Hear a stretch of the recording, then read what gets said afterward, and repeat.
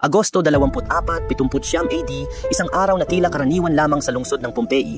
Ang araw ay puno ng buhay at ang mga tao ay abala sa kanilang mga gawain, naglalakad, nagtatrabaho, nagkakasama sa kanilang pamilya at kaibigan.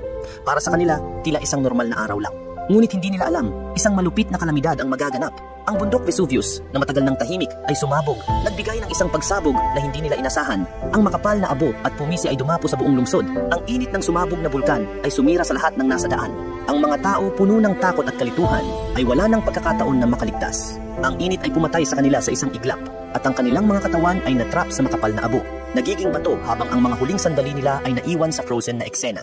Sa mga sumunod na siglo, natuklasan ng mga arkeologo ang mga bakas ng mga biktima.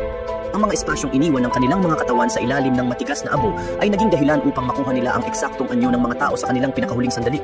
Ang mga cast na ito ay nagbigay buhay muli sa mga tao ng Pompeii na naging saksi sa isang trahedya na nagbago sa kanilang buhay magdamag. Ang mga ekspresyon ng takot, sakit at paghihirap na kanilang naranasan ay nakatatak sa bawat figura.